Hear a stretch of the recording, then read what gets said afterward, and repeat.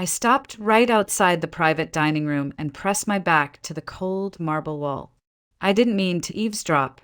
I just heard Daniel laugh, that quiet, familiar chuckle of his, and instinctively stepped closer, expecting to surprise him with a kiss.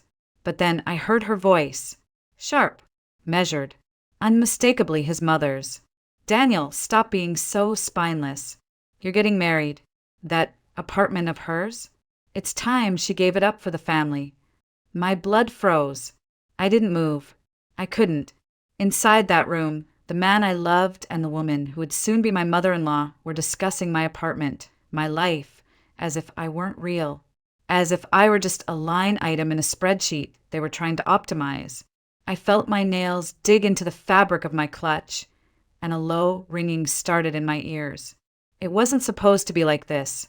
Earlier that evening, I had been nervously fixing my lipstick in the rearview mirror of my car, parked just outside Aubergine, the fanciest restaurant in Lincoln Park and the place Daniel picked for our engagement dinner. I looked like a woman in love. Emerald green dress, soft waves in my hair, my favorite silver earrings. I even wore that shade of lipstick Daniel once said made my eyes look like thunderclouds. My stomach fluttered as I checked the time. 6:03 p.m. Wait. I frowned. The reservation was at 7. How did I get the time so wrong? I shook my head, half laughing at myself. I had been so caught up with details, choosing the perfect dress, picking the right gift for his mother, that I'd somehow shown up a full hour early. I spotted Daniel's silver sedan already parked outside. That was odd. He was punctual but never early. Maybe he wanted to make sure everything was perfect, too. My heart swelled at the thought. Inside, the hostess greeted me with a practiced smile. "Good evening. May I help you?" "Yes. Hartman, reservation for 7, I said, standing taller than I felt. She scanned her tablet. "Yes, Ms. Hartman. The reservation is set, but your party hasn't arrived yet. Would you like to wait at the bar?" I almost said yes, but then I heard his laugh. The soft, slightly breathy one I knew so well. It came from the side hallway, near the smaller private rooms. "Oh, never mind," I told the hostess. "I see them." I followed the sound, curious and smiling, until I heard Susan Carter's voice cut through like a scalpel. "You're not a child anymore, Daniel. You've lived in that shoebox long enough. Sophie's apartment is bigger. She bought it with her own money, sure, but what's hers will be yours soon enough. Marriage is about sacrifice," Daniel responded, but his voice was small, hesitant. "Mom, it's not that simple. Sophie worked hard for that place." "Well, I worked hard raising you," she snapped. "And now it's time I get to live in comfort.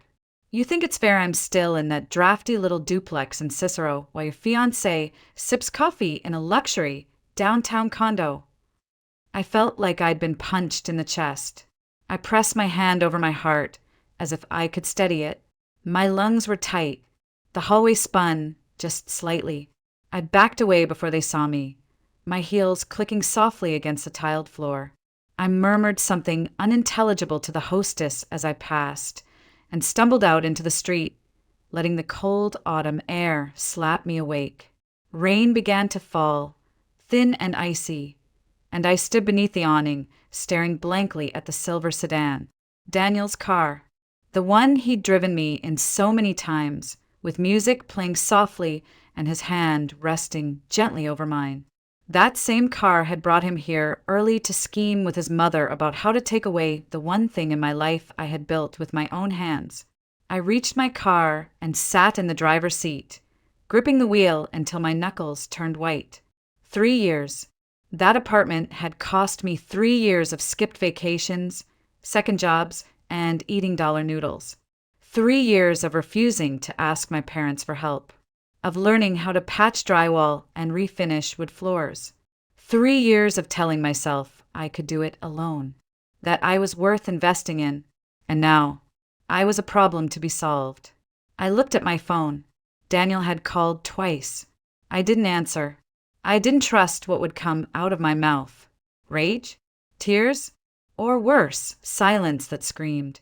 Instead, I sat there, watching the raindrops race each other across the windshield, letting the cold seep in through the seams of my dress. I felt stupid, naive, not just for loving Daniel, but for believing, truly believing that we were equals, that he saw me as a partner, not a resource to be repurposed for his mother's comfort. Was he really going to let her move in? Were they really expecting me to sell my apartment, leave downtown, and live in some suburban house with the two of them under one roof? I didn't know what hurt more, Susan's entitlement or Daniel's silence. I closed my eyes and leaned back. The image of Daniel smiling at me across a restaurant table blurred and twisted in my mind. And for the first time since he proposed, I wondered if I'd been in love with a version of him that never actually existed. I started the engine. I didn't go home. Not yet. I just drove through streets glazed with rain, beneath blinking yellow lights, through neighborhoods that didn't know me and never asked anything of me. Somewhere between Lakeshore Drive and the edge of River North, I finally turned the wheel toward home, back to the apartment that was mine, still mine for now.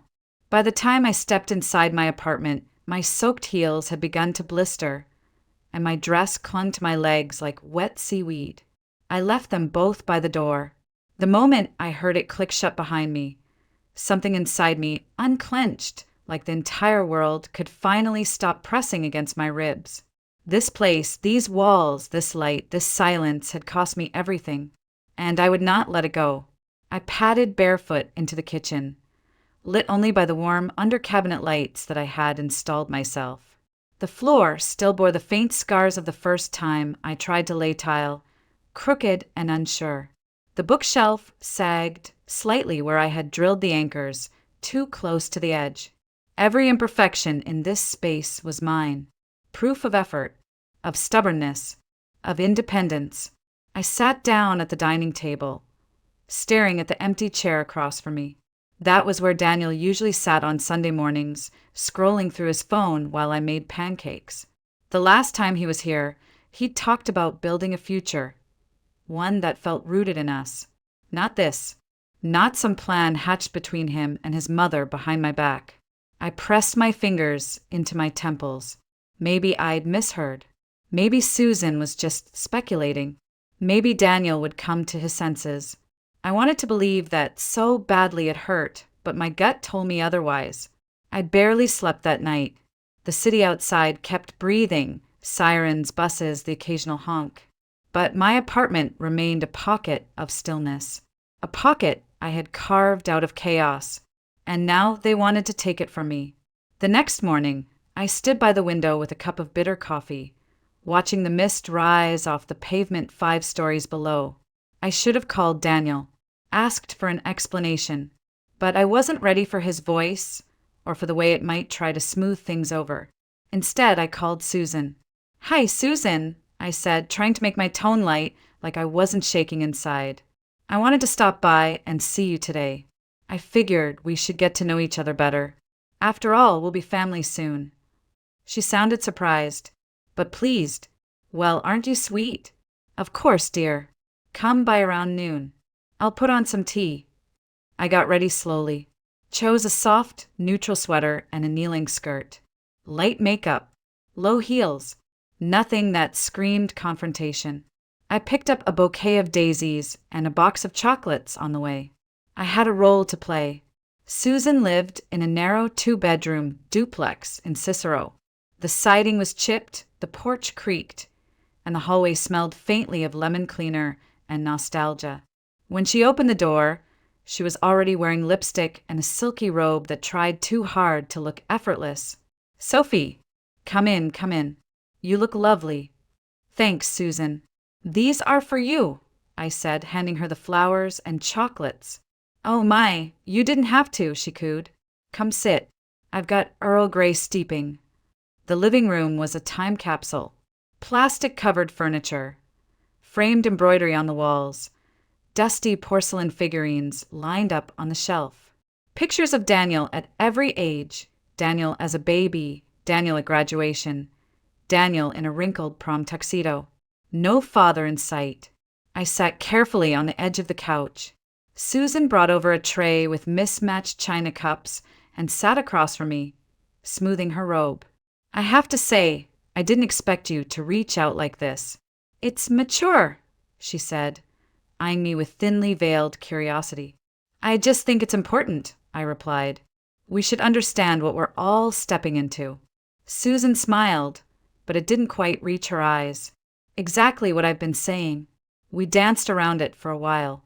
She asked about my parents. I asked about her back pain. We both smiled too much. Then finally she leaned in.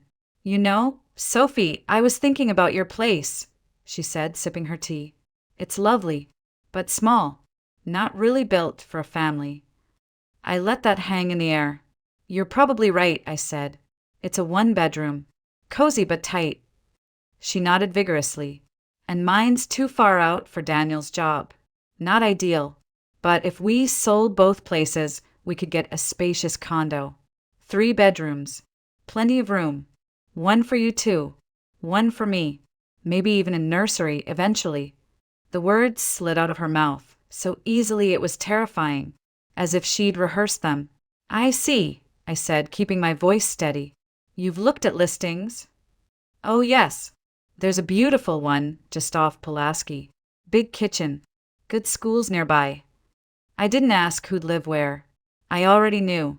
And Daniel? I asked, how does he feel about this? She hesitated for half a beat. We haven't fully discussed it yet, but he's a smart boy. He knows what's best for the family. Best for the family, not best for me. The rest of the visit blurred together.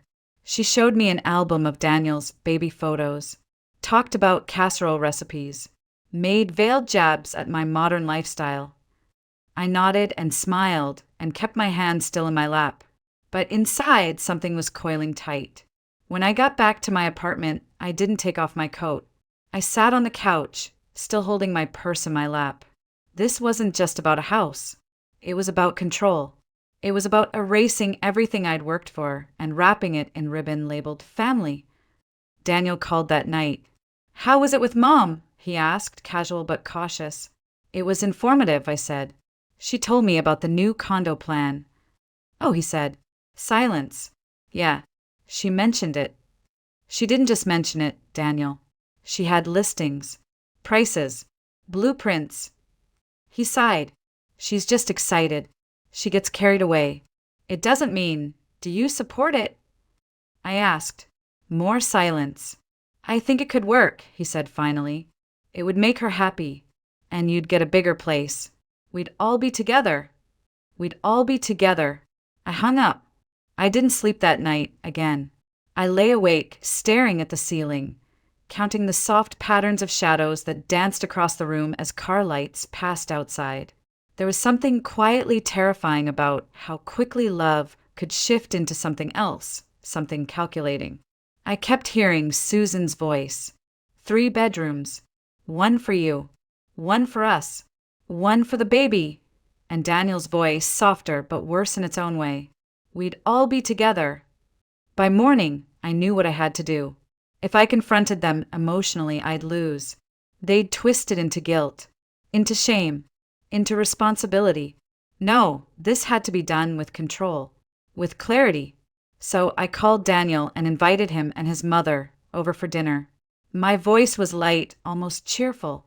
I told him I wanted to make up for missing the engagement dinner, that I'd cook something special, that we'd talk about the future. He sounded surprised, relieved.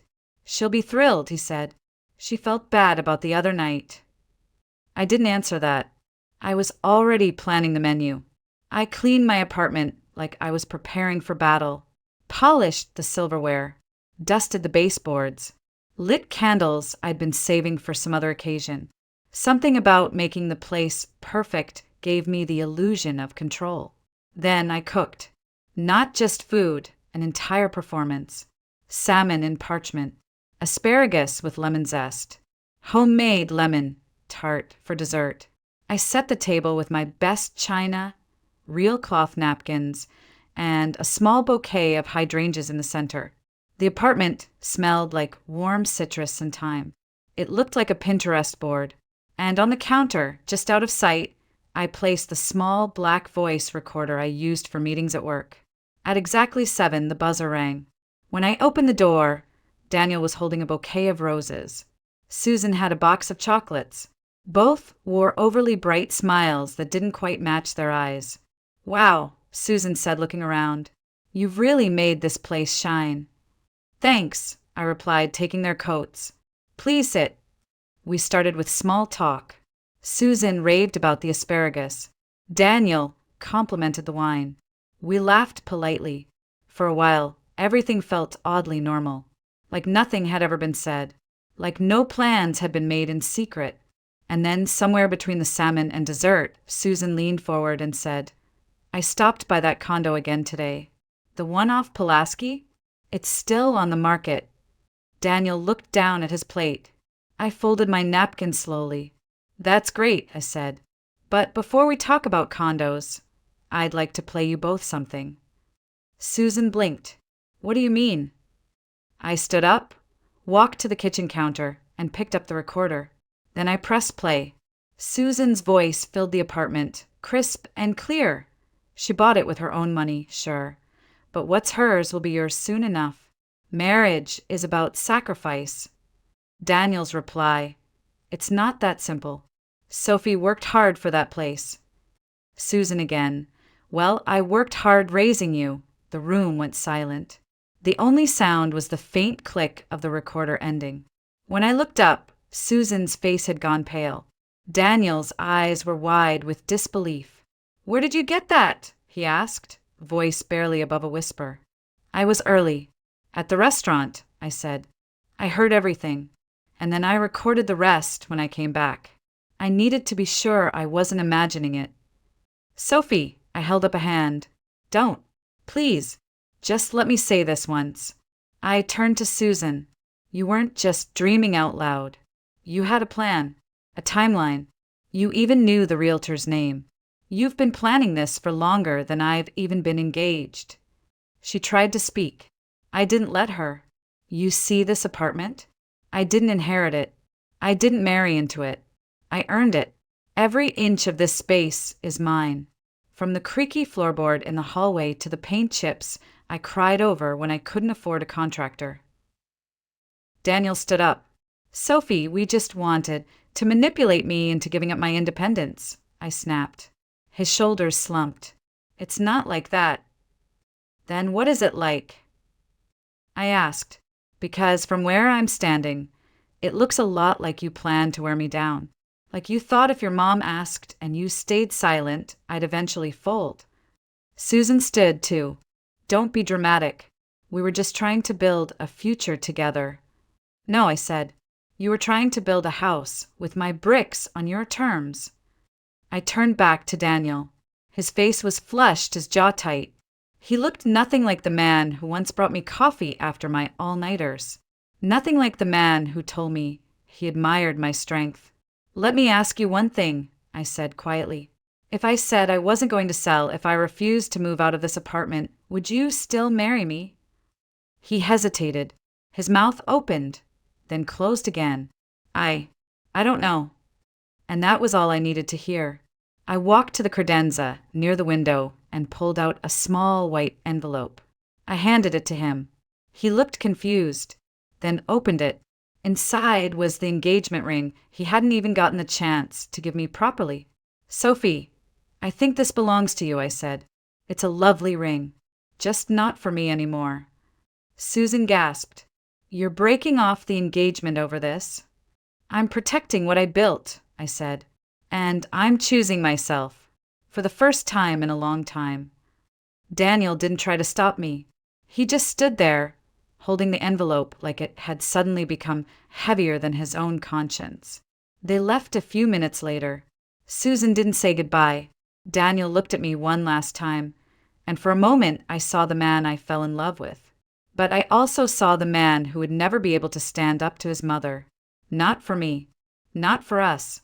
After they were gone, I sat at the table in silence. The candles flickered. The wine stayed untouched. And in the middle of my perfectly set table, the empty plates glistened under the soft kitchen light. It should have been a dinner to celebrate love. Instead, it became the moment I chose freedom. The next morning, I woke up to a voicemail from Daniel. His voice sounded quiet, almost rehearsed, like someone trying to rewrite the script after the final scene had already played out. Sophie, I'm sorry for everything. I didn't mean for it to come out this way. Can we just talk? I didn't call him back. Not yet. I wasn't ready. I needed air, perspective, space. So, I did what I always did when I couldn't breathe inside my own thoughts. I went walking. Grant Park was only a few blocks away. The leaves were just starting to crisp, littering the paths with gold and rust-colored confetti. I found a bench near the fountain and just sat, letting the breeze do what no words could. My phone buzzed again. This time it was Daniel texting. Can we meet? Just the two of us? I want to understand what you're feeling. It was the first time he'd asked that. Not to fix, not to smooth, just to understand. So I said yes. We met that evening by the park gates. He looked tired, older somehow, not physically, but in the way people do when their illusions have started to crumble. Hey, he said gently. Hi. We walked for a bit, in silence at first. The city hummed quietly around us. Cars, laughter, the occasional bark of a dog. But between us, it was just the sound of shoes on gravel and the wind moving through the trees. I didn't know you were recording us, Daniel said after a while. I didn't plan to, I replied. But when I heard that conversation, something inside me broke. I needed proof. For myself. For when I started to doubt if I was overreacting. He nodded slowly. I didn't stop her. I know that. No, I said, you didn't. That's what scared me most. We stopped by a bench near the rose garden. I didn't sit. I turned to face him. Daniel, I need to ask you something. And I want you to be honest, even if the answer hurts. He looked up at me, expression cautious.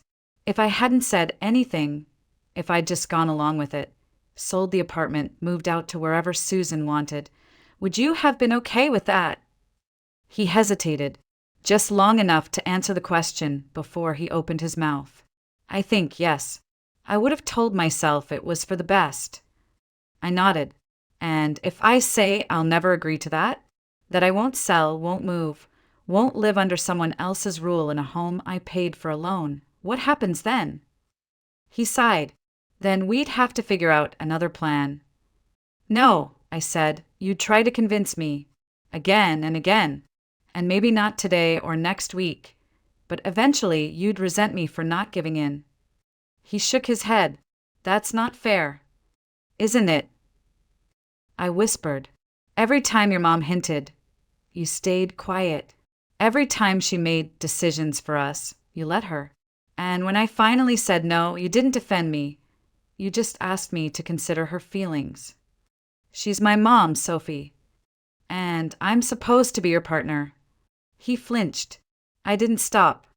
I was willing to build a life with you, but I will not build a life for you. I will not erase my independence to make room for your mother's comfort. Daniel sat down on the bench, elbows on his knees, staring at the ground. She raised me alone. She gave up everything. I just wanted to give her something back. And that's noble, I said. But you don't repay someone's sacrifice by asking someone else to sacrifice in their place. Silence again, a deep one this time. The kind that comes when both people realize they're standing on opposite sides of something that used to be shared. He looked up at me finally. What do you want, Sophie? I want someone who protects what matters to me as fiercely as I do, I said. I want a partner who sees my life as something sacred, not negotiable. I want a future where I don't have to beg to keep what's already mine. His eyes welled up just a little. You don't think I can be that person? I think if you were, I wouldn't have had to ask. That broke him. Not in some cinematic, falling to his knees kind of way, but in the quiet slump of a man who finally realizes he lost something real. He stood up, took a breath. So this is it. I nodded. I think it has to be. We didn't hug, didn't cry. We just stood there, two people who almost made it. And then he walked away, hands in his pockets, the wind catching the edge of his coat as he turned the corner. I sat on the bench alone for a long time, watching the sky fade into dusk. I felt raw, hollow, but also relieved. For the first time in years, I had stood my ground and didn't apologize for it. It took me a week to take the ring out of the drawer. I hadn't looked at it since the night I handed it back.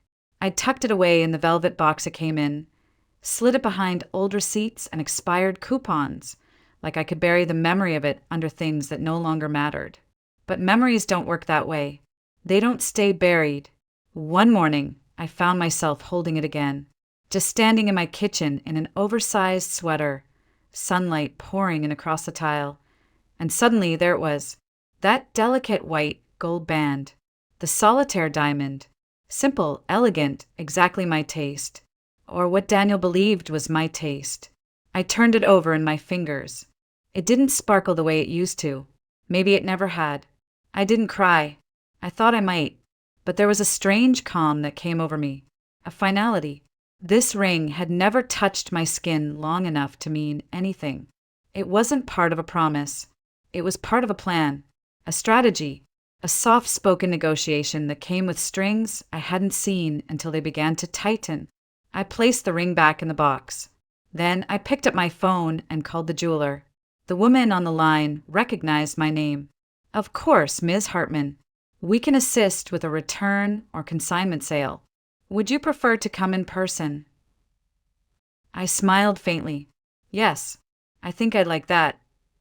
Later that afternoon, I walked down to the shop where Daniel had purchased the ring. It was tucked between a tailor and a florist on Michigan Avenue, a place we had passed many times together. I always loved the storefront, elegant, understated, with beveled glass that caught the sun in quiet ways. The associate, a woman named Miriam, greeted me gently. She had kind eyes and didn't ask unnecessary questions. I handed her the box, and she opened it with care, like it was something precious. I suppose it still was, just not to me. "We can list it on consignment," she said, "or offer you a direct buyout today." I chose the buyout. I didn't want it lingering somewhere behind a display case, waiting to be worn by someone else. I wanted it gone. As I walked back toward home, I felt lighter. Not joyful exactly, but released. A few days later, I took that money and did something I'd never done before. I booked a trip. Not a weekend getaway. Not something cheap or safe. A real trip. I rented a cottage in Vermont for a month, remote, near the woods, with a clawfoot tub and no TV. I needed space. I needed stillness. When I arrived, I left my phone in a drawer for 3 days. I read old books. I cooked slowly. I wrote pages of things I never planned to publish. One morning, I sat on the porch watching mist roll over the hills, and I realized something simple and profound. The absence of chaos feels like grief at first, but it's actually peace. I thought about Daniel sometimes. I wondered if he still lived in the same apartment, if Susan had moved in, if he ever looked at his phone and hesitated before deleting my number. But mostly I thought about myself, about how long I had spent bending, making room, compromising, smiling through things I should have screamed about, laughing off comments that chipped away at me in tiny, invisible ways. And I promised myself something: never again. Never again would I dilute my boundaries to make someone else comfortable. Never again would I accept silence in place of support.